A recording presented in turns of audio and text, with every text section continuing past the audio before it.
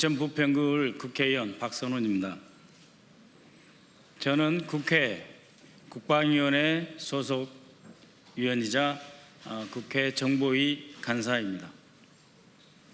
오늘 회견할 내용은 최근 제가 확보한 방첩사의 보안사로 회기에 관한 문건을 폭로하기 위함입니다. 시작하겠습니다. 전두환의 보안사로 회귀한 윤석열의 방첩사 그 죄를 묻는다. 2017년 국군 기무사는 조현천 사령관의 계엄령 문건, 세월호 민간인 사찰 등의 문제로 과거와의 역사적 단절을 해야 하며 사실상 새로 태어난 사령부를 창설하라는 의미에서 2018년 8월 6일부로 안보지원사령부로 개편되었습니다. 이는 전면적이고 확실한 개혁을 위해서 기무사령부를 근본적으로 사실상 해편에 가깝게 조정하여 과거와 전혀 다른 새로운 역사를 쓰라 하는 준엄한 국가의 명령이었습니다. 문재인 정부에서는 수차례 법률 검토, 사령부령 및 국방부 훈령을 개정하였습니다. 그리하여 기무사령부는 첫째, 정치 관여 행위, 둘째, 직무를 벗어난 민간 사찰, 셋째, 권한의 오호 남용 금지, 그 세 가지가 해서는 안 될 행위라고 하여 3불 원칙을 정하고 기무사의 많은 임무 가운데 47개의 임무를 폐지함과 동시에 이 임무와 관련된 인원 중 일부인 240명을 각 군으로 원대 복귀시켰습니다. 국군 기무사령부가 해편되고 안보지원사령부가 창설된 것은 단순히 조직 이름만 바꾸는 형식적 개편이 아니라 헌법과 법률에 입각한 문민 통제 원칙을 실현하고 이후 결코 불법 사찰과 정치 공작에 휘말리는 불의의 집단이 되어서는 안 된다는 정부 차원에서의 결단이었습니다. 그러나 윤석열 정권이 들어서자마자 방첩사령부는 부대 혁신 TF를 설치하고 47개의 폐지 업무, 즉 문재인 정부에서 폐지한 47개의 폐지 업무 가운데 12개를 부활시켰습니다. 거기에 멈추지 않았습니다. 2023년에는 윤석열의 12.3 내란에 깊숙이 개입한 여인영이 방첩사령관으로 취임하였습니다. 취임하자마자 과거 전두환 때의 보안사, 기무사의 망령을 완전히 다시 불러냈습니다. 보시다시피 47개의 업무 가운데서 여기를 보시면 참고보고 47개 폐지 업무 복원이라고 되어 있습니다. 이 47개 업무를 복원하는 데 있어서 이미 2022년에 폐지했던 12개는 어떻게 할 것인가? 그래서 이 12개, 22년에 복원시켰던 12개 업무에 대해서는 그 업무의 이름, 그 업무의 성격, 그리고 복원시키려 한 이유, 그 다음에 여인령이 들어서서 이미 복원된 12개의 조치, 47개 중에 2022년에 이미 복원된 12개의 조치를 더욱 공세적으로 수행하는 방안을 다시 작성했습니다. 그래서 여인령이 들어서는 2022년에 기무사가 안보지원사령부로 해편되면서 없앴던 47개 가운데 12개가 이미 다시 살아났는데 그 다시 살아난 12개조차도 공세적으로 다시 수행하는 방안을 수립하였던 것입니다. 나머지 12개 말고 47개 중에 35개 업무도 다 다시 살려냈습니다. 오늘은 이 12개의 업무, 그러니까 2022년 부대 혁신 TF에서 다시 살려낸 것을 더욱 공세적으로 실시하자라고 하는 12개의 업무에 대해서 상세하게 브리핑 드리고자 합니다.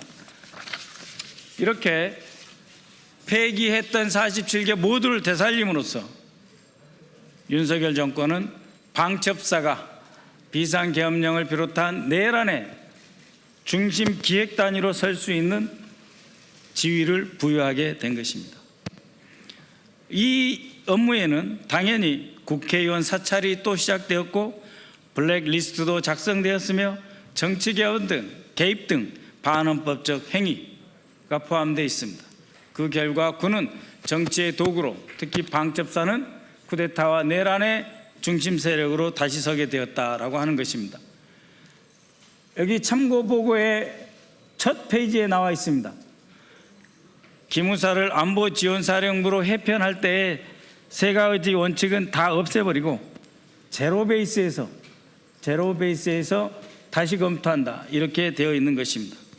그리고 각각의 업무에 대해서 말씀드렸지만 이 12개 업무에 대해서 예를 들면 기존의 불시 보안 점검이라고 하는 임무를 이름을 바꿨습니다. 불시가 아니고 수시 보안 점검이라고 해서 복원할 때의 임무를 바꿨고 그 내용도 다시 쓰고 기존에 왜 이 업무가 폐지되었는가, 헌법과 법에 따라 폐지한다고 했는데 작전부대 길들이기 등으로 악용되어서 갑질 논란이 제기돼서 이 업무를 폐지되었다라고 함에도 불구하고 다시 다 살렸는데 2022년에 다시 살렸는데 거기서 멈추지 않고 더욱 강화된 공세적 실행 방안으로 바뀌었다 하는 내용을 설명드리는 것입니다.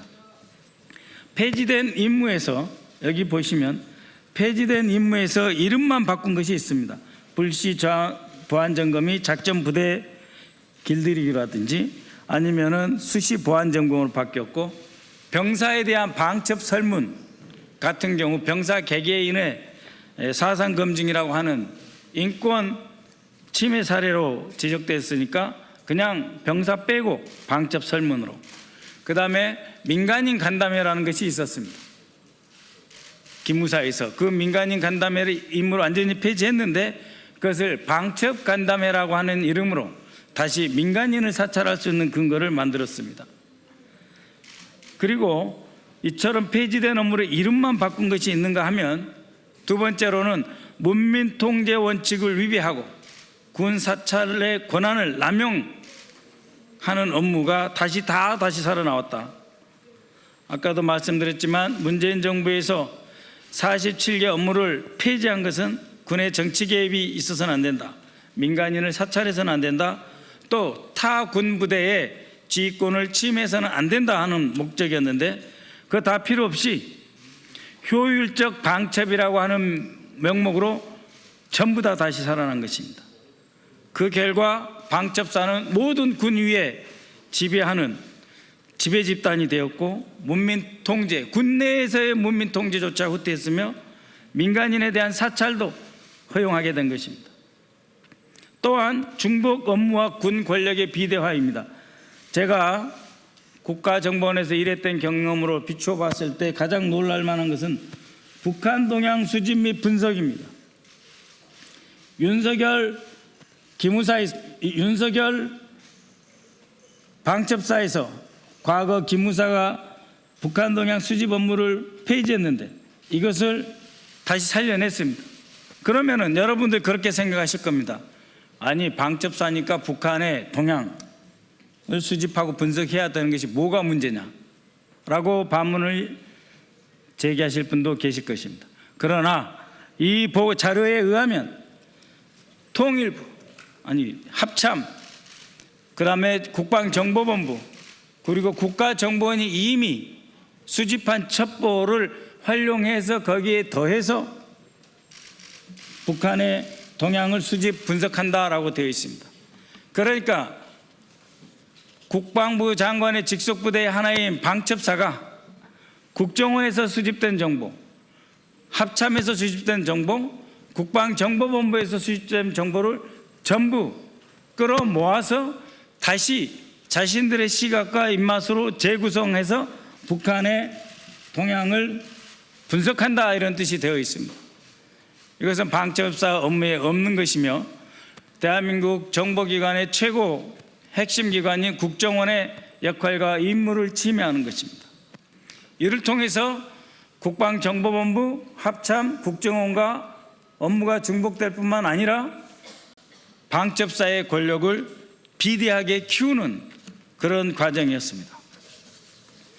이처럼 군 내의 방첩 정보만이 아니라 민간 정보, 그리고 방위산업정보, 그리고 국정원이 수집해야 하는 그 정보 위에 군림해서 국가 권력의 균형을 심각하게 해쳤던 것이 바로 윤석열, 김용현 그리고 여인영의 방첩사, 바로 그렇기 때문에 이 방첩사가 비상계엄과 내란의 중심 역할을 할 수 있었다라고 하는 것을 말씀드립니다.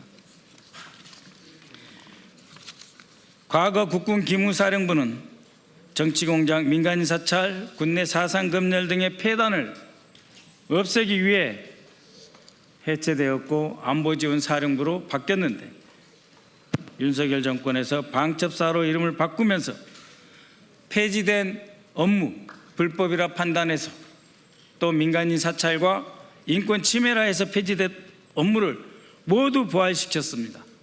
헌정 질서를 파괴하는 행위나 마찬가지고 전두환의 도로 보안사다라고 하는 것입니다. 군은 오직 국가와 국민을 위한 조직이어야 하며 정권의 도구가 되어서는 안 됩니다. 군은 정치에 관여하지 않는다는 원칙이 선언에 그쳐서는 안 됩니다.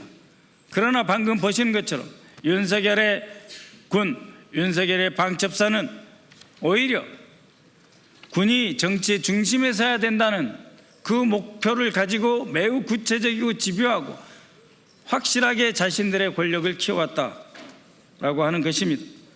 결국 우리는 12.3 내란 사태를 통해 군 정보기관이 정치에 개입하고 정권 유지를 위한 수단으로 악용될 때 얼마나 빠르게 헌정 질서가 붕괴되고 민주주의가 짓밟히며 그것이 내란으로까지 이어지는지 똑똑하게 보았던 것입니다. 저는 국방부에 요구합니다. 방첩사는 지금도 정치권을 대상으로 하는 정치 공작을 시도하고 있습니다. 지금 당장 이경민 방첩사령관 직무대행에 대해 직무 배제를 명령하십시오.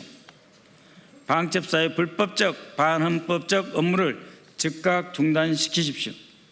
이재명 정부는 다시 한번 문민 통제라는 헌법의 원칙을 되살리고 군의 정치개혁과 민간 사찰을 단호히 근절하는 데 나서야 할 것입니다.